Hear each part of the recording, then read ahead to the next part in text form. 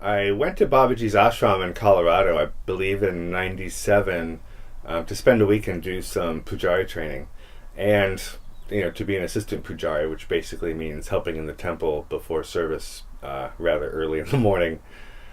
And I was getting up, I think at 3:30 or 4 a.m., and the stars there are outrageous. It literally looks like somebody took a carton of milk and just splashed it on the sky. The band of the Milky Way, it looks like a river of milk when you're up in the mountains with no streetlights. So I was able to walk around without a flashlight. Everything was lit up by the Milky Way. I don't even think there was a moon out. And an interesting thing happened where every morning I would get out of the yurt and then have to walk down the path and turn a corner to go to where the showers are. And every single time that I got to this one corner in the woods, and I say corner, but it was just a path, just a dirt path through the trees.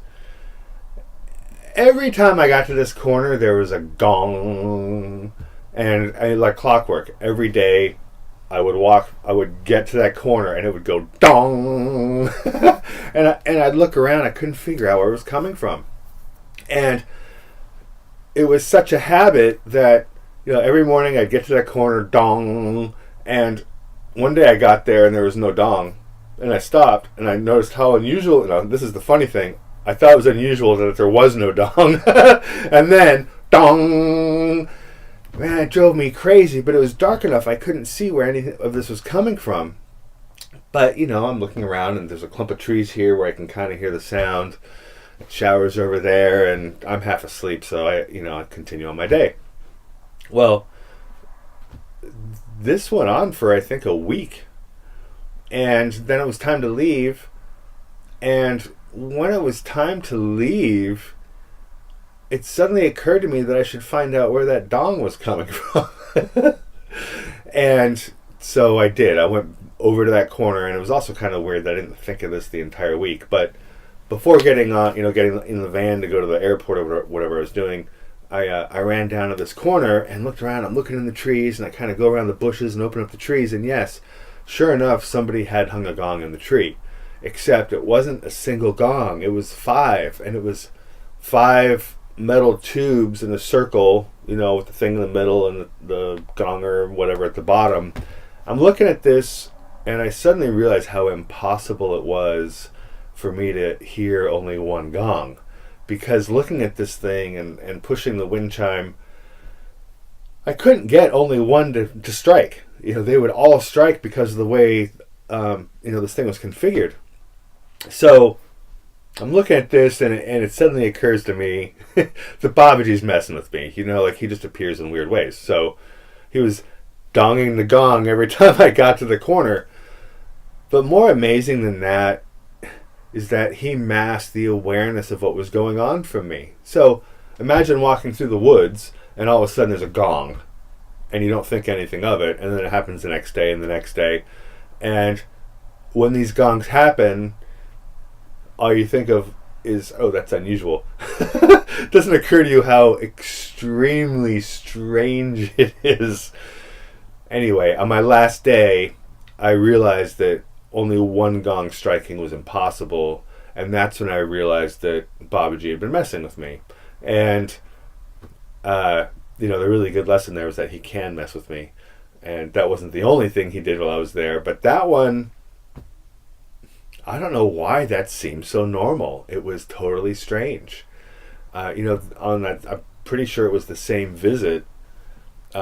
Me and Prem and Jonathan and maybe another visitor. I'm pretty sure there's only 4 of us, maybe 5 of us.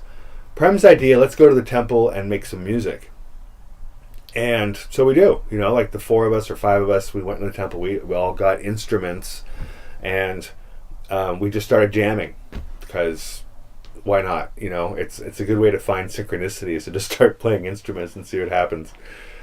And we were about 20 minutes into it when all of a sudden we recognized other instruments playing that were not with us. So in the temple, and I don't know the name of these instruments, but There's one instrument it's shaped like a Vesica Pisces, and it has little symbols in it, all like this. And somebody, and there wasn't anybody, but this was on the shelf around the corner, and it was bouncing in time with us, and it was amazing. That could have happened because of the drumming. However, we weren't playing any loud drums. The actual vibrations from the sound in the room were not strong enough to make that noise in the other room. And there were other symbols, and there was a damaru. I just don't know the names of Indian instruments. But these other instruments, if that thing was making noise with us, then the other one should have as well. And then there was also an extra drum going on, and I think Prem was into the drums, and I think I may have been playing a conch. It's literally been 20 some years, so I don't remember exactly. However, I do remember that at one point we all stopped and everybody heard the extra tambourine thing and everybody heard the extra drum, and we were so high and glowing from the experience of feeling like we had tapped into the universe in some way. And what was going on is it was an acknowledgement. That's what Babaji does. If you're on the right path, if he likes your trajectory, and if you are doing good works in the moment and letting the old crappy stuff go, he'll give you an acknowledgement somehow to encourage you on the path. And that's what it felt like in the temple. It was like, yeah, we could have gone into town and chased girls or gone to the bar and gotten drunk or all these other things that didn't occur to us. What occurred to us was going in the temple and jamming together to feel the sensation of all being one. Because that's what happens when you chant together as one voice or play instruments together as one band.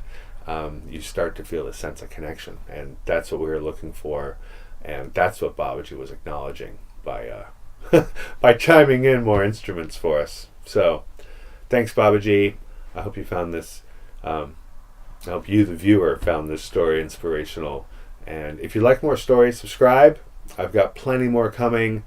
This channel just started. It's right now in June of 2019, and I think this will be video number 12 or something. So please encourage me to tell more stories. It's actually not all that easy to put my life on video like this. So if you enjoy the stories, encourage me. I would love to share more.